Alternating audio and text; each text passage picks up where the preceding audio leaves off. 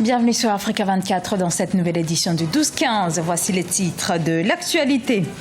L'élection des membres du Haut Conseil des collectivités territoriales, c'était ce dimanche au Sénégal. 36 listes étaient en lice. Quelle solution au financement des PME et PMI en Côte d'Ivoire? Ces petites et moyennes entreprises voient peu à peu leur accès au crédit se détériorer, et cela malgré leur rôle indéniable dans l'économie nationale.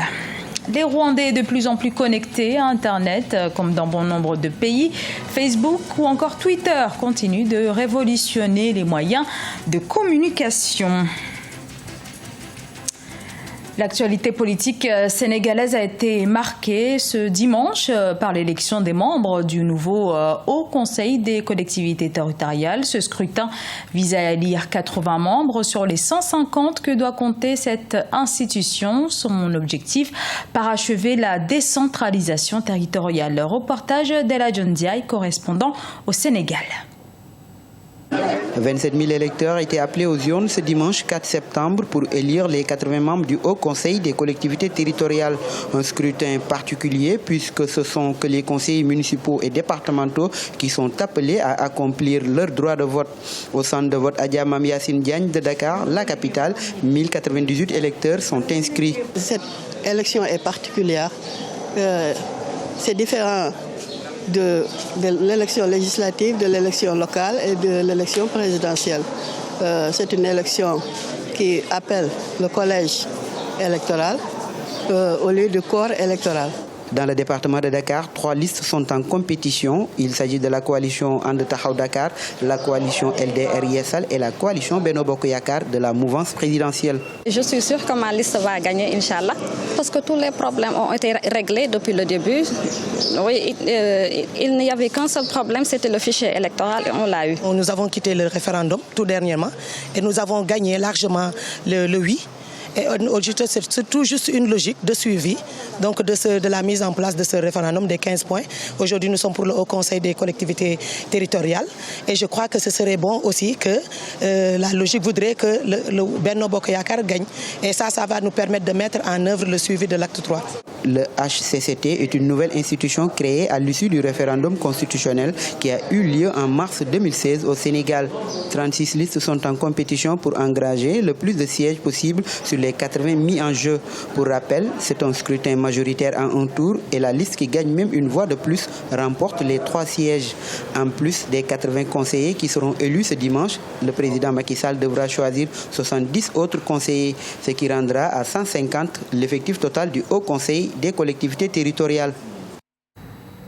En Zambie, la Cour constitutionnelle a rejeté ce lundi le recours de Hakainde Hichilema, candidat à l'élection présidentielle du 11 août. Une réclamation portant sur la réélection de son rival, le chef de l'État Edgar Lungu, reconduit dans ses fonctions avec 50,3% des suffrages exprimés dès le premier tour.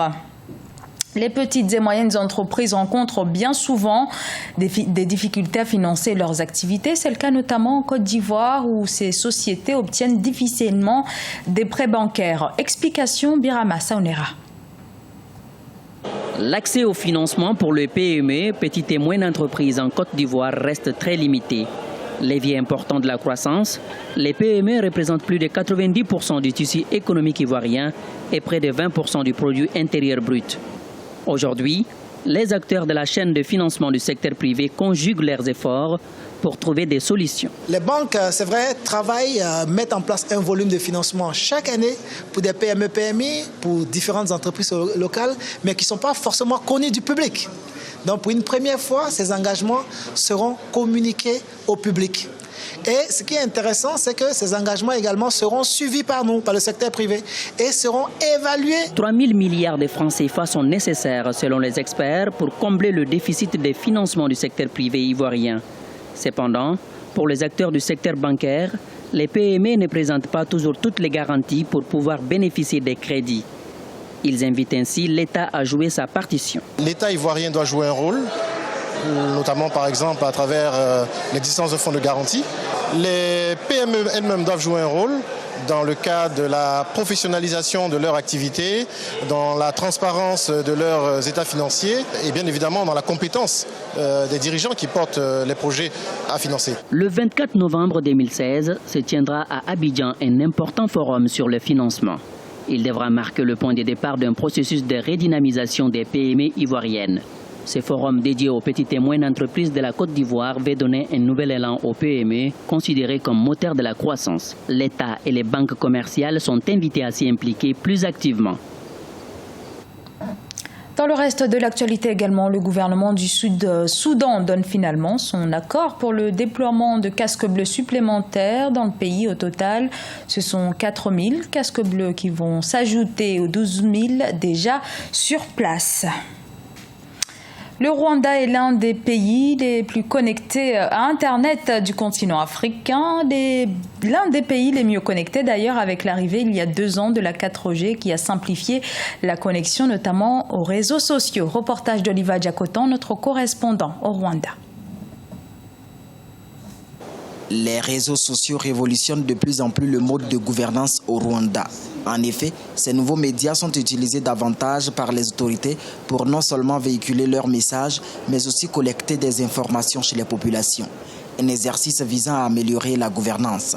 L'ancienne ministre de la Santé, Agnès Binagwaho, utilisait par exemple régulièrement Twitter dans ce sens. Voilà comment ça se passait, c'est qu'elle annonce, elle dit aujourd'hui, ministre de la Santé, session sur la malaria, sur la recrudescence, par exemple, de la fièvre jaune, ou pourquoi est-ce qu'il faut refaire attention à ce genre de problème. À l'époque de l'Ebola, par exemple, quelles sont les normes prises en considération, quelles sont les mesures prises par le gouvernement pour essayer de protéger la population. Tout ce genre de choses, elle annonce par exemple le matin, à partir de l'après-midi, la session sera ouverte à 14h.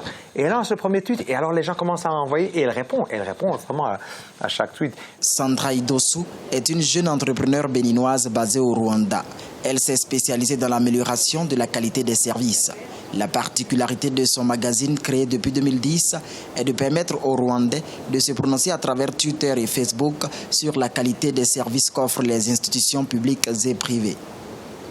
Ça amène les gens à faire attention. Et donc ici, c'est le cas. Ici, tous les jours, c'est ça. Vous allez dans une banque, vous avez un mauvais service, vous nous le dites. Ce que nous faisons aussi avec le magazine, c'est que de temps en temps, nous organisons des enquêtes. Nous organisons des votes publics où nous demandons au public de voter pour les meilleurs prestataires de services. Et ça va du service public au service privé, ça va des médias. On a eu une des éditions, par exemple, où on a voté pour le meilleur supermarché, par exemple, de la ville. On a eu à voter pour la meilleure station de service de la ville. L'Internet 4e génération est présent au Rwanda depuis novembre 2014. Le pays compte atteindre 95% d'utilisateurs d'Internet en 2017. Notons que le président Kagame est l'un des chefs d'État africains les plus actifs sur Internet.